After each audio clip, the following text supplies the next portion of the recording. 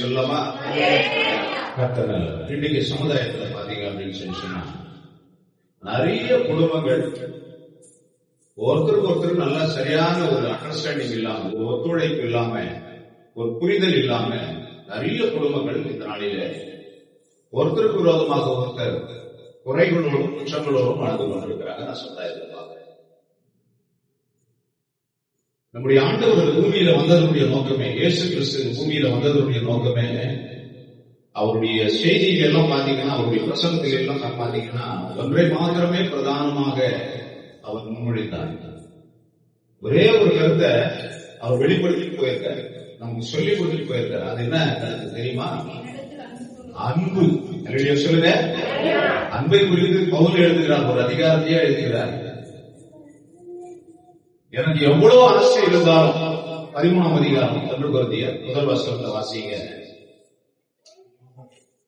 நான் மனுஷ பாஷைகளையும் தூதர் பாஷைகளையும் பேசினாலும் அன்பு எனக்கு இராவிட்டால். உதாரணத்துக்கு சரி உங்களுக்கு புரியுற மாதிரி சொல்றேன். நான் தமிழ்நாட்டுல தமிழ் கற்றவனா இருந்தாலும், இல்ல வட மாநிலங்களில் இந்தி கற்றவனா இருந்தாலும், இல்ல வெளிநாடுகளில் இருக்கிற ஆங்கிலம், ஸ்பானிஷ், இன்னும் எபிரேய மொழி, கிரேக்க மொழி கற்றவனா இருந்தாலும், இப்படி உலக மொழிகளிலெல்லாம் நான் தேறினவனா இருந்தாலும், அவரு ஒரு படி மேல போய் எந்த பாஷை தெரிஞ்சவனா இருக்குன்னு சொல்லி சொல்றாரு? தூதர் பாஷை. சொல்லுங்க. நிறைய பேர் பாக்குறேன், செய்திகள்ல பாக்குறேன், அவங்க பேசினா மிருகங்கள் அவங்க சத்தத்துக்கு கீழ்படியதை பாக்குறேன். இப்போ மாடு வளர்க்குறாங்க, மாடு என்ன பண்ணுது? அவங்க சத்தத்துக்கு கீழ்படி வேலை செய்யுது. ஒரு சுமையை இழுக்கிற, பழுவை இழுக்கிற ஒரு வண்டியை ஓட்டுற மாடு வண்டியில போடப்படும் போது அது அதை இயக்குகிறவனுடைய சத்தத்தை கேட்டு கீழ்படி. கிளி யோசிக்கிறாங்க, அந்த கிளிய அதை சொல்லி கூப்பிடும் போது வெளியே வருது, திருப்பி உள்ள போன்னு சொன்னா போயிருது. அந்த மாதிரி பழக்கம் வச்சிருக்கான், அதனுடைய சத்தத்தை கேட்கிறது. வீட்டுல எல்லாம் நாய் வளர்ப்பாங்க, அந்த நாய்க்கு அவங்க பழங்கி வைக்கிறாங்க. எதிராளி வந்தா கேட்ச் அப்படின்னா போய் அவங்க குடிக்குது, கவுது. சாப்பிடுன்னா சாப்பிடுது, உள்ள போய் படு அப்படின்னா உள்ள போய் படுது. மிருகங்களுக்கு மனுஷருடைய பாஷைகளை சொல்லிக் கொடுத்து அந்த மிருகங்கள் கீழ்ப்படும்படியாக அவர்கள் பழகி வைக்கிறார்கள். அவர் சொல்ற தூதர் பாஷையை நாம் பேசினாலும், சொல்லுங்க பாருங்க, மனுஷ பாஷையை பேசினாலும் தூதர் பாஷையை பேசினாலும், அப்புறம் வாசிக்கிறோம், அன்பு எனக்கு இல்லைன்னா ஆமா பாருங்க, சும்மா சத்தமிட்டா ஒரு வெண்கலத்தை, ஒரு பானைய, இல்ல ஒரு குடத்தை, ஒரு பித்திர பொருளை, இல்ல இந்த மாதிரி ஒரு தாளத்தை சத்தமிடுகிற வெண்கலம் போல உயிரற்ற தன்மையை இருப்பேன். அதுக்கு தெரியாது, அதை பத்தி எதுவுமே தெரியாது. அப்ப அன்பு என்பது ஆண்டவராலே உருவாக்கப்பட்டு ஆண்டவராலே அந்த உலகத்துக்கு கொண்டு வரப்பட்டது. அன்பில்லாதவன் தேவனை அறியான், தேவன் அன்பாகவே இருக்கிறார். நீதிமொழிகள்ல ஒரு வசனம் இருக்கிறது, எடுத்து வாசிப்போம். அவர்கள் நீதிமொழிகள்ல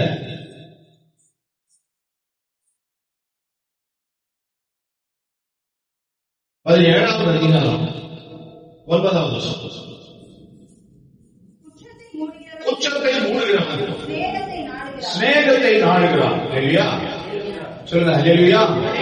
குடும்பங்களிலே பிரிவினைகள், சண்டைகள், கணவன் மனைவிக்குள்ளே சண்டை, பெற்றோர் பிள்ளைகளுக்குள்ளே சண்டை, சகோதரர்களுக்குள்ளே சண்டை, அண்டை வீட்டாரோட சண்டை, இந்த காரியங்கள் எல்லாம் எதனாலே முற்று பெறுகிறது, எதனாலே முடிவு வருகிறது என்று சொன்னால், அன்பு காட்டுகிறதுனாலே முடிவுக்கு வருகிறது.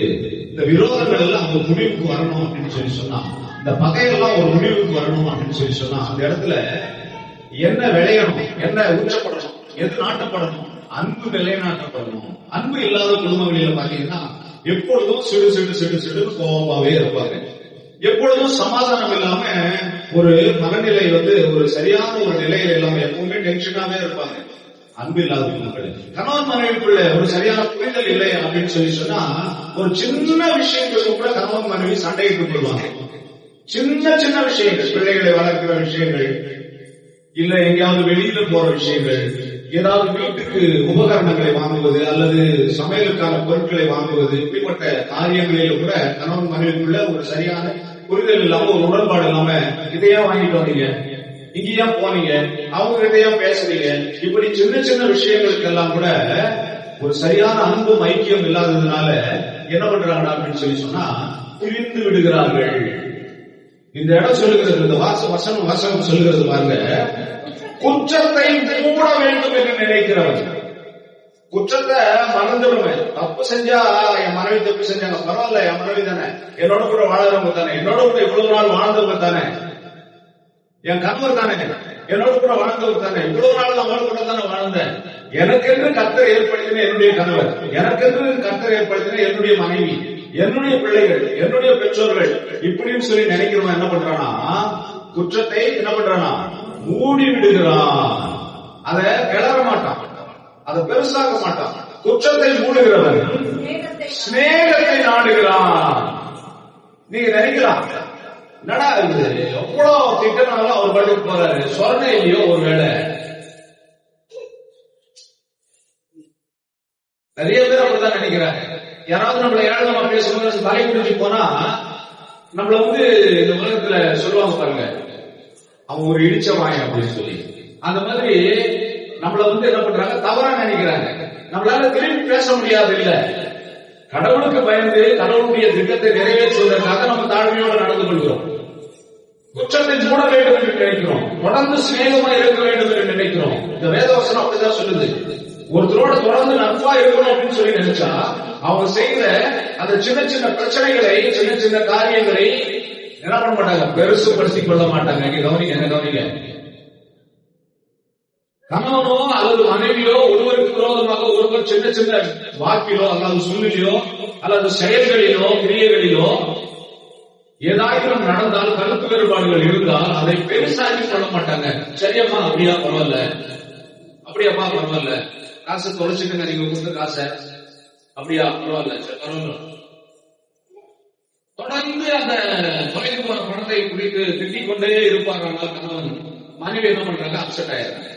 இல்ல, கணவன் ஏதோ ஒரு தவறான வேலையை செய்தார் அப்படின்னா மனைவி அப்செட் ஆயிடுறாங்க. இதனாலே புரிதல் இல்லாம தேவனாலே திருமணங்கள் ஏற்படுத்தப்படுகிறது என்று வேதம் சொல்லுகிறது. மனைவியை யார் கொடுக்கிறாங்க, புத்தியுள்ள மனைவி. அப்போ திருமணத்தை ஏற்படுத்தினவர் யார் சொல்லுங்க, திருமணத்தை ஏற்படுத்தினவர் யார்? ஆதாமுக்கு மனைவியை எங்களுக்கு கொண்டு வந்தார், வேற ஒரு உலகத்திலிருந்து கொண்டு வந்தாரா? ஆதாமுக்கு மனைவியை எங்களுக்கு கொண்டு வந்தாரு ஐயா? ஆமா, ஆதாமுடைய சரீரத்திலிருந்து கொண்டு வந்தார். ஆதாம் என்ன சொன்னார், பார்த்த உடனே, மனைவியை பார்த்த உடனே, இவள் என் எலும்பில் எலும்பும் என் மாம்சத்தில் மாம்சமுமா இருக்கிறாய். கொஞ்சம் யோசனை பண்ணி பாருங்க. வெட்டி போட்டுலாமா உடம்ப குத்திக்கலாமா, கீறிக்கலாமா? நம்ம உடம்புன்னு சொல்லிட்டு வேதம். உன்னுடைய மனைவி என்பது உன்னுடைய சரீரம், உன் எலும்பு. உன் கணவன் என்பது உன்னுடைய சரீரம், உன்னுடைய எலும்பு. குற்றத்தை மூடுகிறவன் சிநேகத்தை நாடுகிறான். தொடர்ந்து சிநேகமா இருக்க விரும்புகிறவன் குற்றங்களை பெருசுபடுத்த மாட்டான். அந்த குற்றத்தையே சொல்லி சொல்லி குற்றப்படுத்த மாட்டான். பாருங்க, மீண்டும் வசனம் சொல்லுகிறது, குற்றத்தை மூடுகிறவன் சிநேகத்தை நாடுகிறான், கேட்டதை சொல்லுகிறவன் பிராண சிநேகிதையும் சிநேகிதரையும் என்ன பண்ணிடுறான், பிரித்து விடுகிறான். கேட்டதை சொல்லுகிறவன் அப்படின்னு சொல்ல இருக்கான். ஏதாவது ஒரு சொன்னா அந்த சொல்லி சொல்லி காட்டுது. இல்லையா? சொல்லுங்க, ஒரு தவறு செய்தால் அந்த தவறை குத்தி குத்தி காட்டுவது ரொம்ப நெருக்கமா இருக்கிற பிராண சிநேகிதனை கூட என்ன பண்ணிடுறான், பிரித்து விடுகிறான், இழந்து விடுகிறான். அப்போ அந்த அன்பானது என்ன பண்ணுது? இன்னொரு வருஷம் நான் சொல்ற பாருங்க, அதே நீதி வழியில இன்னொரு வருஷம் கூட சொல்ற பாருங்க. 10ஆம் அதிகாரம் 12வது வசனம்.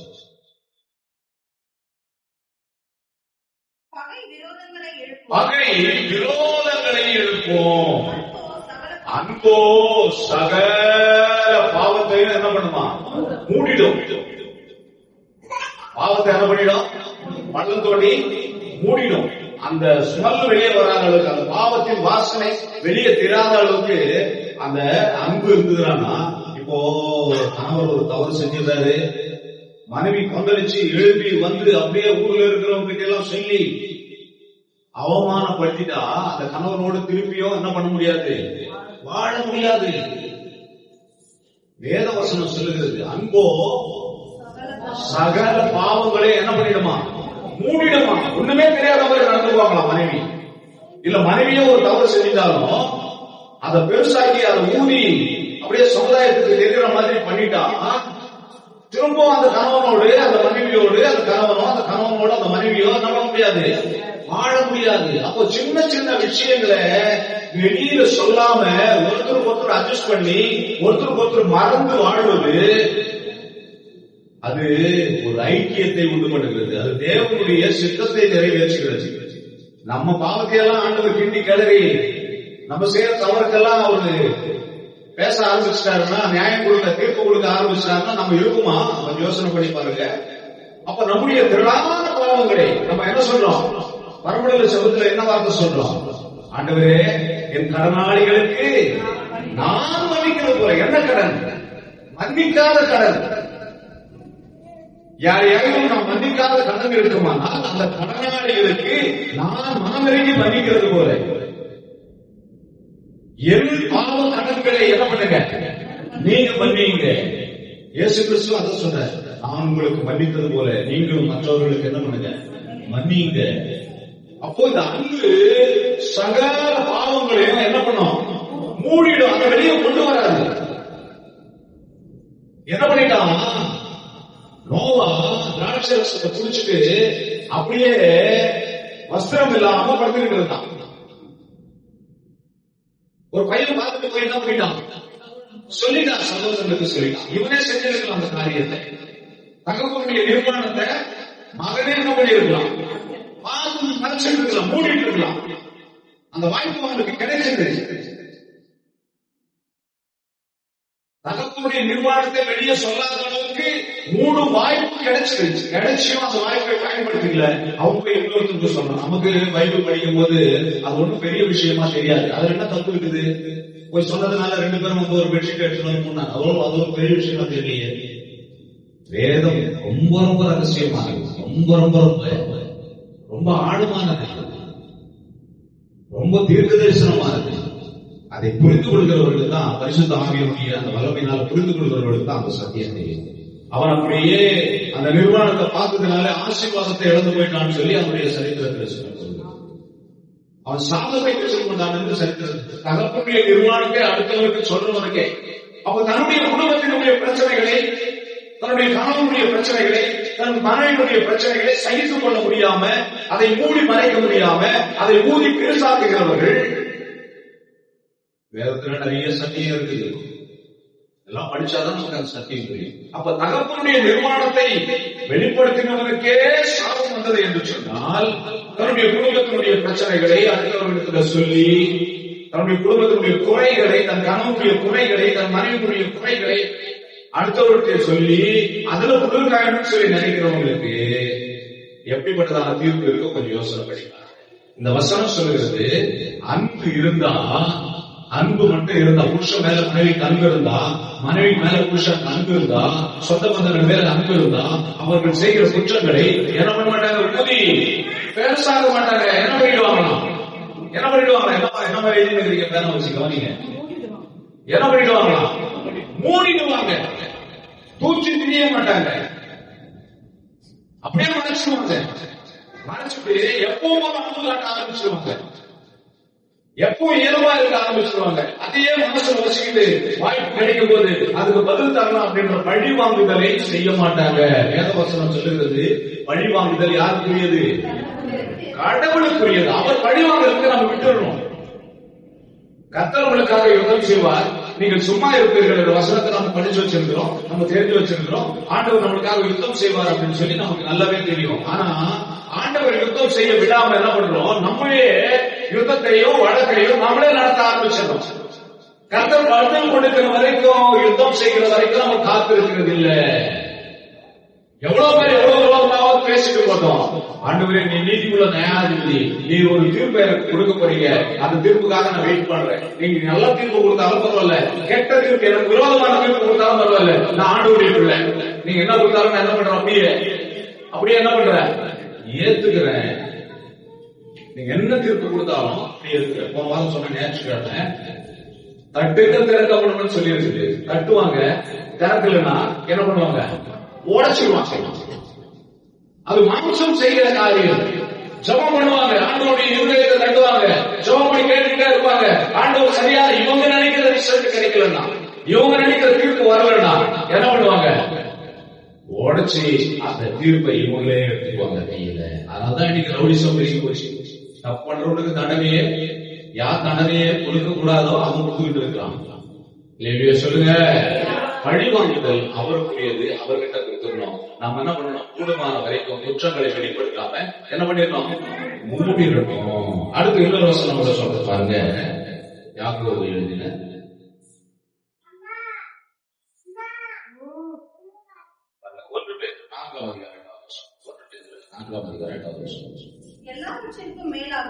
எல்லாவற்றுக்கும் மேலாக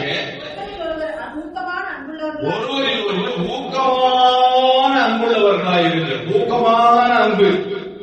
ஊக்கம் அப்படின்னு சொல்லி சொன்னா எப்படி எதை குறிக்கிறதுனா, சாதாரண நிலையை விட கொஞ்சம் அதிகப்படியான நிலைதான் ஊக்கம் என்பது.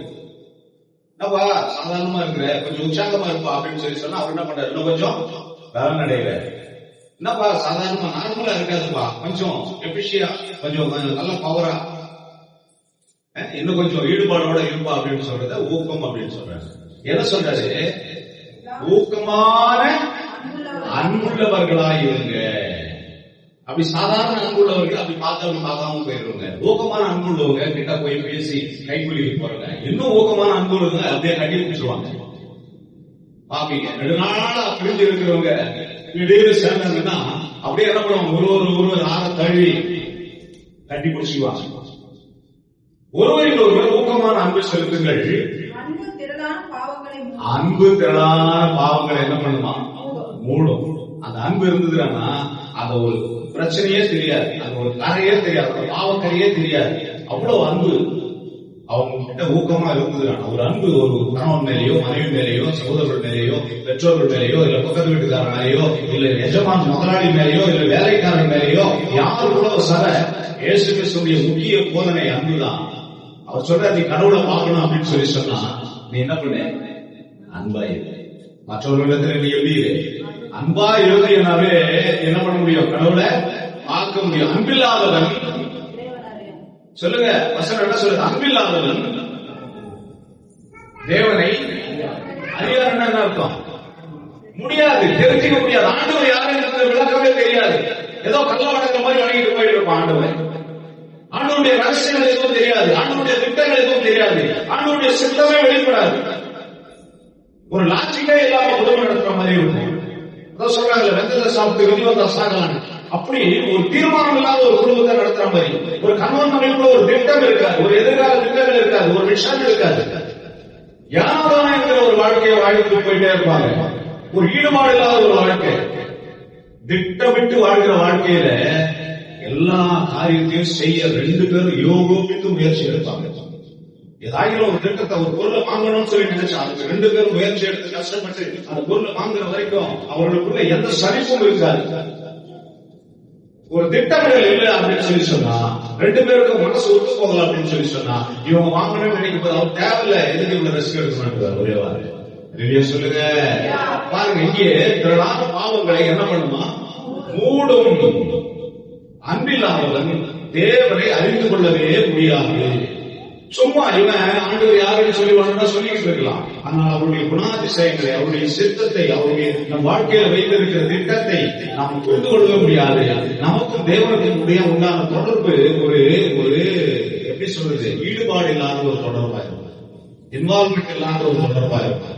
ஆண்டவரோடு நாம் நடக்கிற பாதையே, நம்மோடு கூட அவர் பயணிக்கிற பாதை ஒரு சரியான புரிதல் இல்லாத ஒரு பாதையா இருக்கும். ஏதோ எல்லாரும் போறாங்க, நம்மளும் போகிறோம். ஒரு சிஷ்யத்துவம் இல்லாத ஒரு பாதையா இருக்கும், பட்டுப்படாம வாழ்கிற வாழ்க்கையா இருக்கும். அப்போ அன்புதான் தேவனை நமக்கு காண்பிக்கிறது. தேவனை நாம் அடைய வேண்டுமானால், தேவனை நம்ம பார்க்க வேண்டுமானால், தேவனை நம்மளாக்கிக் கொள்ள வேண்டுமானால், நம்முடையவர்களாக்கிக் கொள்ள வேண்டுமானால், நமக்கு சொந்தமாக்கிக் கொள்ள வேண்டுமானால், தேவன் நம்மோடு கூட பேச வேண்டுமானால் நாம் என்ன பண்ணணும்? குற்றங்களை மூடிவிட வேண்டும். ஒரு சிலருக்கு குற்றங்களை மூடனாலும் திரும்ப அந்த குற்றங்களை ஏற்படுத்துவார்கள். ஒரு சிலரோடு நம்ம ஐக்கியமாக, அப்படிப்பட்டவர்களை என்ன பண்ணணும்?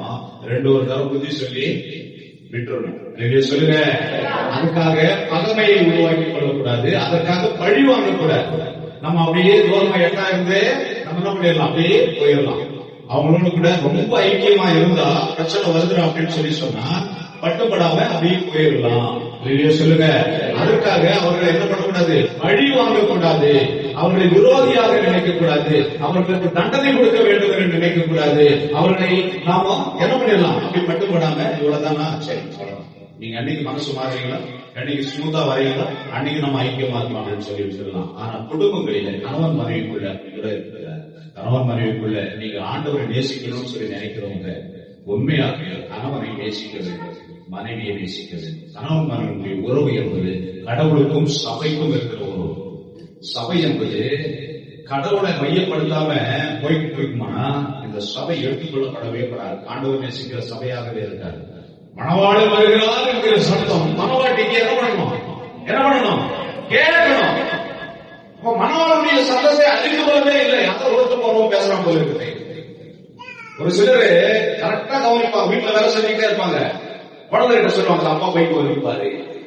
சொல்லுங்க. பைக் சத்தத்தை என்ன பண்ணிருக்காங்க, அப்பா பைக் சத்தத்தை, கணவனுடைய பைக் சத்தத்தை என்ன பண்ணிருக்காங்க, மனைவி சரியா எழுதி கொண்டிருக்கிறாங்க. அவர் எங்க ஒரு 10 பேர் பேசிட்டு இருப்பாங்க, அவர் குரலை கரெக்டா கண்டுபிடிச்சுவாங்க.